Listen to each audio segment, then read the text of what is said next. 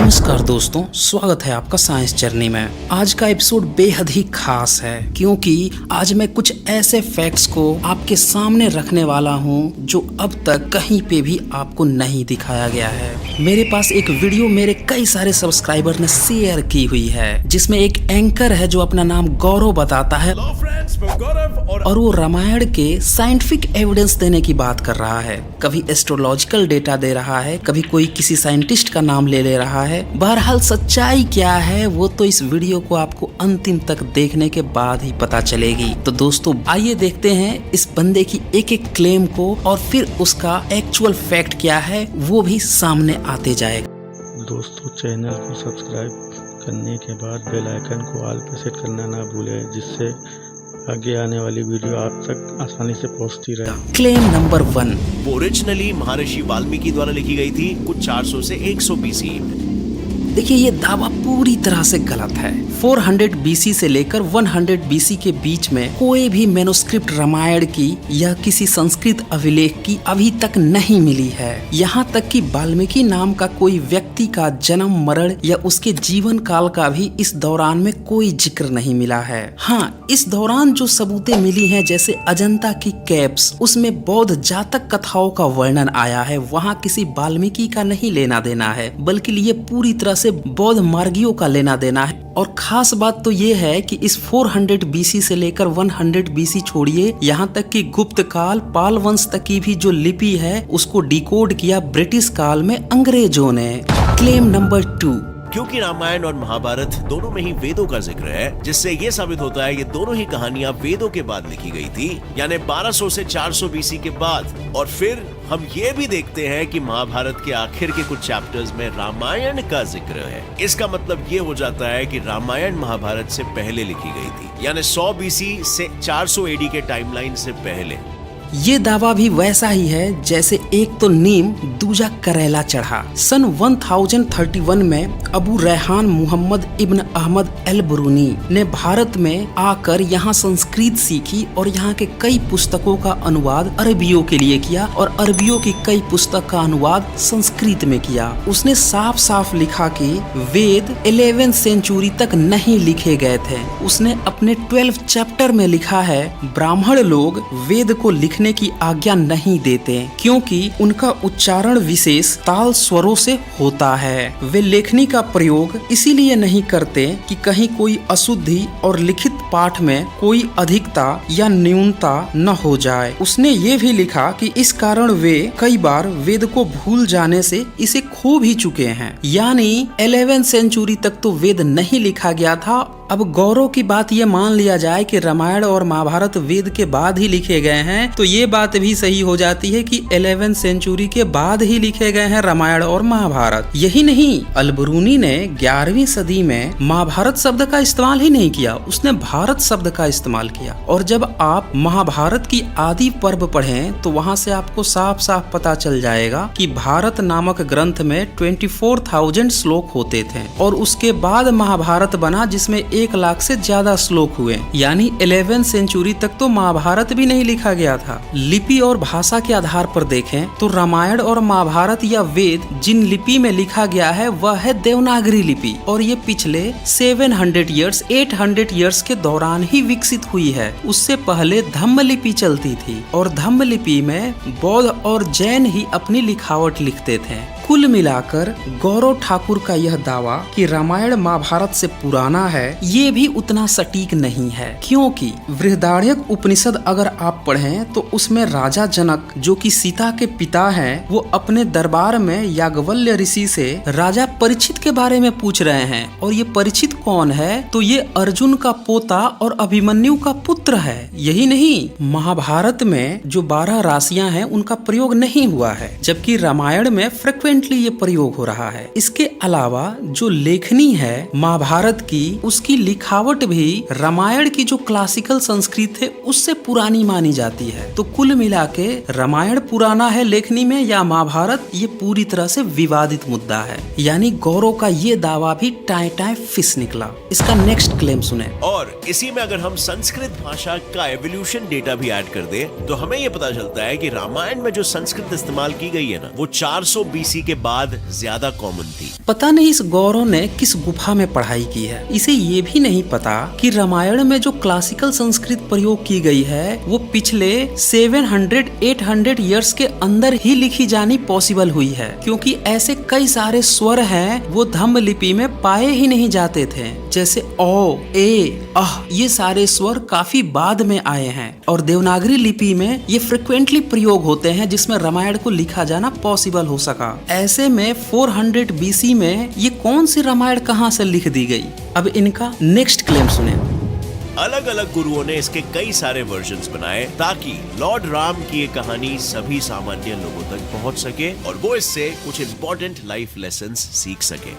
क्या कहा? रामायण से इम्पोर्टेंट लेसन? चलो इस पर अभी हम बात करेंगे। पहले हम कालिदास का लिखा हुआ इस पर बात कर लेते हैं। अब कालिदास ने क्या लिखा, कहाँ पे उसका जन्म हुआ, कहाँ पे उसका मरण हुआ, इसका आज तक कुछ भी पता नहीं चला। ज्यादातर इतिहासकार तो इसे काल्पनिक मानते हैं। यहाँ तक कि उसके समय की जो लिपि है वो ब्रिटिश काल में अंग्रेजों ने डिकोड की है और बाकी के जो इसने अन्य लोगों का नाम लिया जैसे कामवन और तुलसी, इन सब के रामायण तो आपस में मैच ही नहीं करते। इससे साफ साफ पता चलता है कि ये जितने भी लेखक थे इनमें से किसी को भी रामायण नहीं पता था। ये कहीं से कॉपी पेस्ट करके मन मुताबिक स्क्रिप्ट लिखे जा रहे थे। अब इसके साथ ही एक और फैक्ट आपको बता देता हूँ। कात्यायनी पुत्र के नाम पर एक किताब आई है ज्ञान प्रस्थान, जो कि रामायण का टीका कही जाती है। इसमें 12,000 श्लोक हैं, जबकि आज का जो रामायण है उसमें 24,000 श्लोक हैं। इससे साफ साफ पता चलता है कि बाद में रामायण में मिलावट कर करके डबल कर दिया गया है। और कहाँ से इन लोगों ने ये सारी घटनाएं लिखी? तो ये सारी घटनाएं धम्म लिपि में जो पाली भाषा में जातक कथाएं लिखी गई थी बौद्धों के द्वारा। मैं कुछ और भी फैक्ट दूंगा, आप देखते जाएं।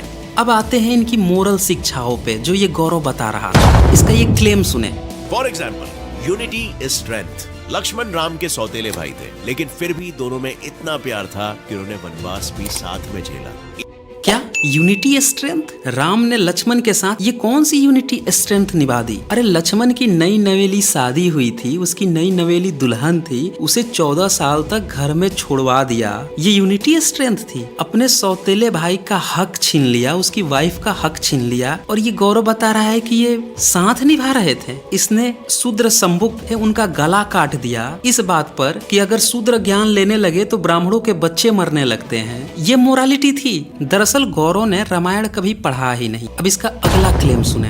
इक्वालिटी। भगवान राम एक वानर सेना लेके निकले थे। इसी से ये साबित हो जाता है कि वो किसी भी जीव को अपने से कम नहीं समझते थे। अरे राम वानर सेना को इक्वालिटी दिखाने के लिए नहीं लेकर निकला था, ये उसकी मजबूरी थी। जब उसने बाली को छुपकर मार दिया तब उसने राजगद्दी सुग्रीव को सौंप दी और फिर सुग्रीव अपनी रानियों के साथ व्यस्त था। तब लक्ष्मण आग बबूला होकर जान से मारने के लिए सुग्रीव के पास पहुंच गया। आप वाल्मीकि रामायण के किसी कंधा कांड के सर्ग 30 से 31 देख लीजिए। श्लोक 4 में लक्ष्मण खुद कहता है कि मेरे क्रोध का वेग बढ़ा हुआ है, मैं इसे रोक नहीं सकता। असत्यवादी सुग्रीव को आज ही मार डालता हूँ। अब बाली कुमार अंगद ही राजा होकर प्रधान वानर वीरों के साथ राजकुमारी सीता की खोज करे। सीधी सी बात है कि राम लक्ष्मण की मजबूरी थी वानर सेना को लेकर जाना, न कि इक्वालिटी का मैसेज देना। अब इसका अगला क्लेम सुने। Pride leads to loss of intelligence.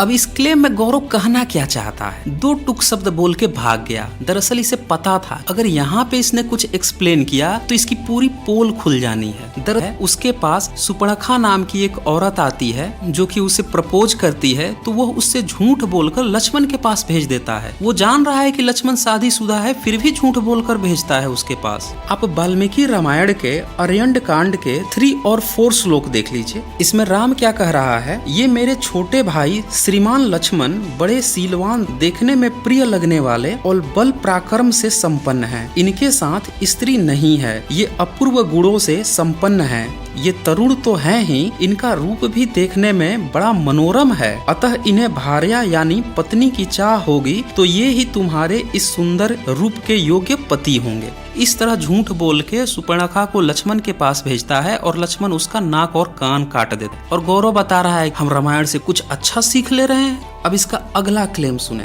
सबूत नंबर 1, भगवान राम की जन्म तारीख है 10 जनवरी 5114 बीसी। श्री राम चैत्र महीने के 9th तिथि पर पैदा हुए थे। वो भी दिन के वक्त, और उस वक्त अलग अलग प्लैनेट्स, स्टार्स और कॉन्स्टेलेशंस की क्या पोजीशंस थी, ये महर्षि वाल्मीकि ने रामायण के पहले कांड के 18th चैप्टर में मेंशन की है।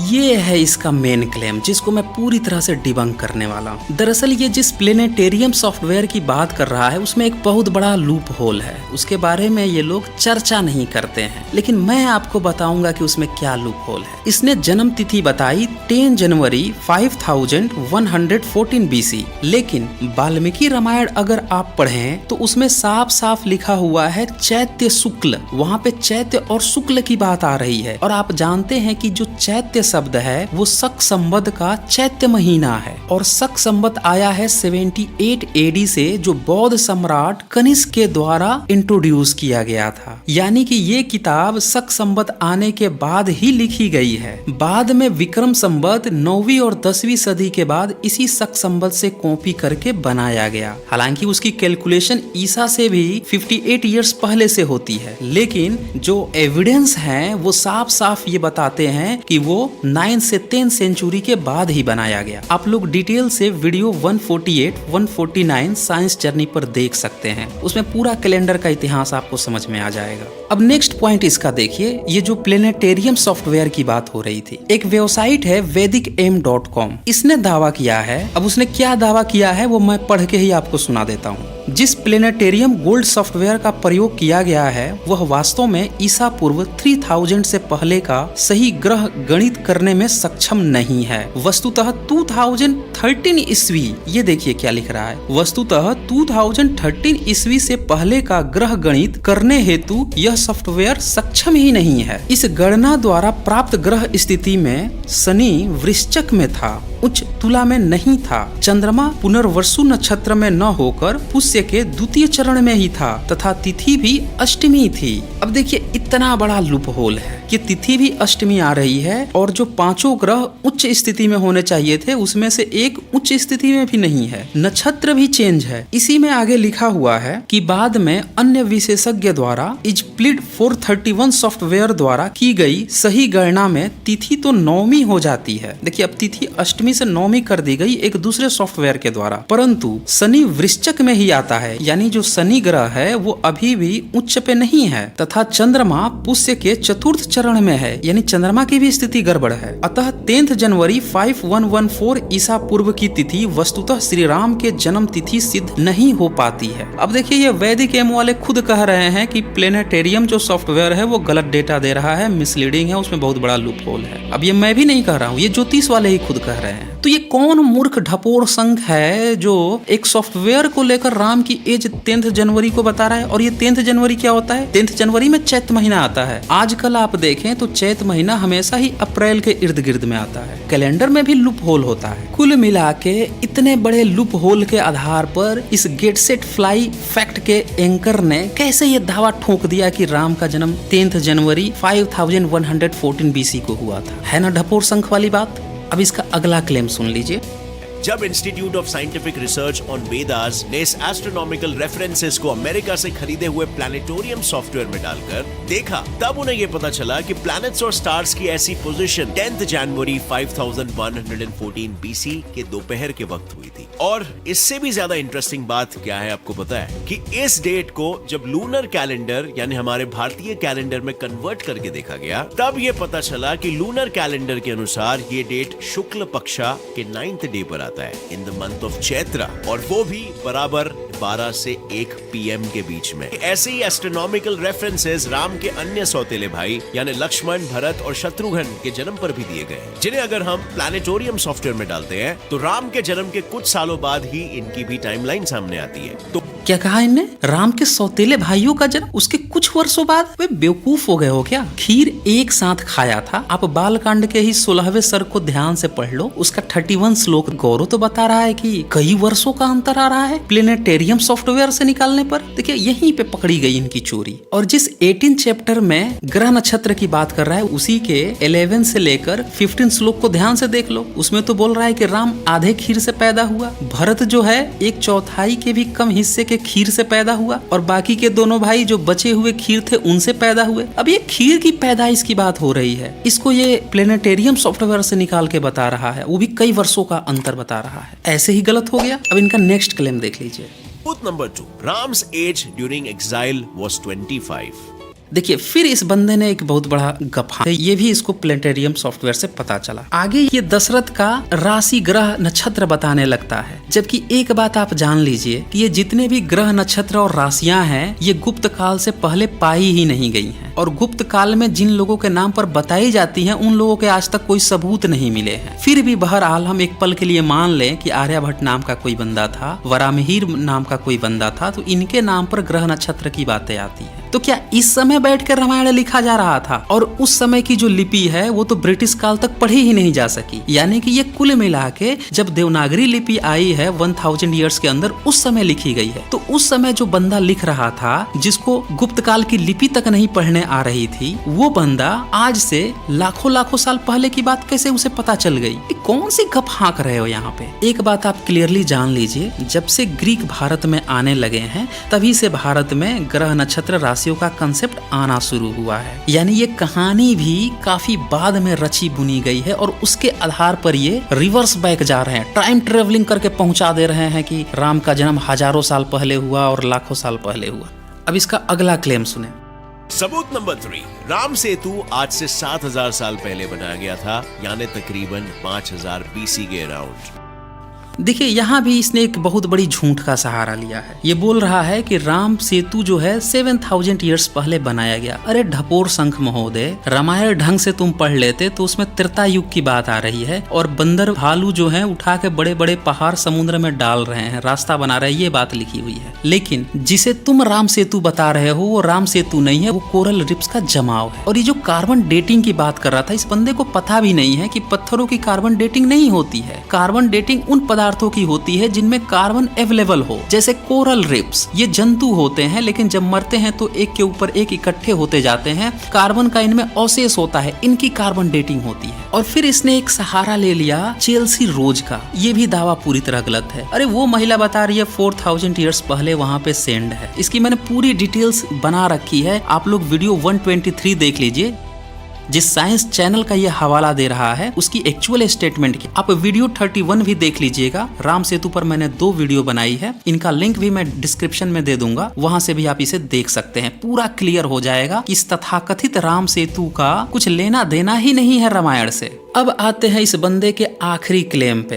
ये सिर्फ यहीं पर खत्म नहीं होता, क्योंकि रामायण के अनुसार रावण के महल के एंट्रेंस की पहरेदारी 4 टस्क्स वाले हाथी किया करते थे। अब ये कोई काल्पनिक जीव नहीं है, ऐसे जीव 1 मिलियन साल पहले एग्जिस्ट किया करते थे। दरअसल इसने कभी रामायण पढ़ा ही नहीं है। रामायण के सुंदर कांड के 9वें सर्ग के 5th श्लोक में 3 से 4 हाथी के दांत की बात की गई है, और वो जो सीन है वो रावण के अंतःपुर का बताया जा रहा है। लेकिन ये कॉपी किया गया है बुद्ध चरितम में, जो गौतम का अंतःवास था वहां से। ये बात मैं नहीं कह रहा हूँ, ये बात जो है E.B. कार्डवेल ने कहा है। जब वो बुद्ध चरितम के अपने संस्करण लिख रहे थे तब उन्होंने ये पाया कि रामायण का जो सुंदर कांड है उसका 9th से 11th सर्ग तक, मतलब 1-2 श्लोक नहीं, पूरे के पूरे जो 3 सर्ग हैं 9, 10, 11, और इसी 9 सर्ग का ये श्लोक है जिसमें 3-4 हाथी की बात आ रही है। ये पूरे के पूरे कॉपी किए गए हैं बुद्ध चरितम के चैप्टर पे। आपको बस दोनों का कंपैरेटिव स्टडी करना है। ये बात बताइए विदेशी तक कह के जा रहे हैं। बहरहाल इस पॉइंट को अगर साइड भी कर दें तो अब बात आती है कि ये 3-4 4 दांत वाले हाथी जो हैं 1 मिलियन ईयर्स पुराने अगर हैं तो इससे रामायण का क्या लेना देना?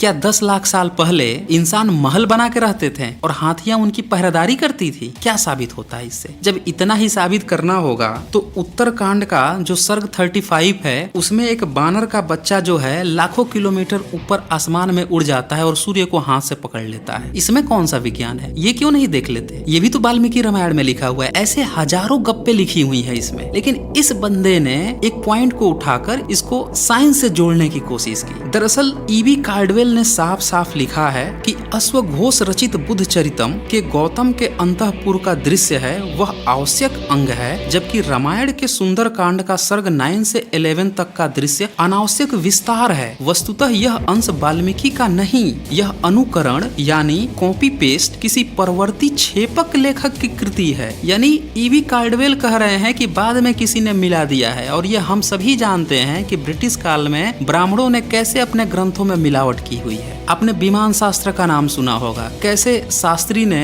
1922 में लिखा किताब और उसे बता दिया कि ये 4000 साल पहले किसी महर्षि भारद्वाज ने लिखी हुई है। इसकी पूरी डिटेल्स उपलब्ध है वीडियो 19 में, वीडियो 15 में आप जाकर देख सकते हैं। कुल मिलाकर गौरव ने जितने भी दावे किए वो सारे के सारे फैक्टलेस थे, उनका साइंस से कुछ लेना देना नहीं था। सारे ब्राह्मणों की ये गप्पे थी जो व्हाट्सएप पे, फेसबुक पे दिन रात प्रचारित की जाती हैं। साथ में मैं ओपन चैलेंज देता हूँ गेट सेट फ्लाई फैक्ट के इस एंकर गौरव ठाकुर को।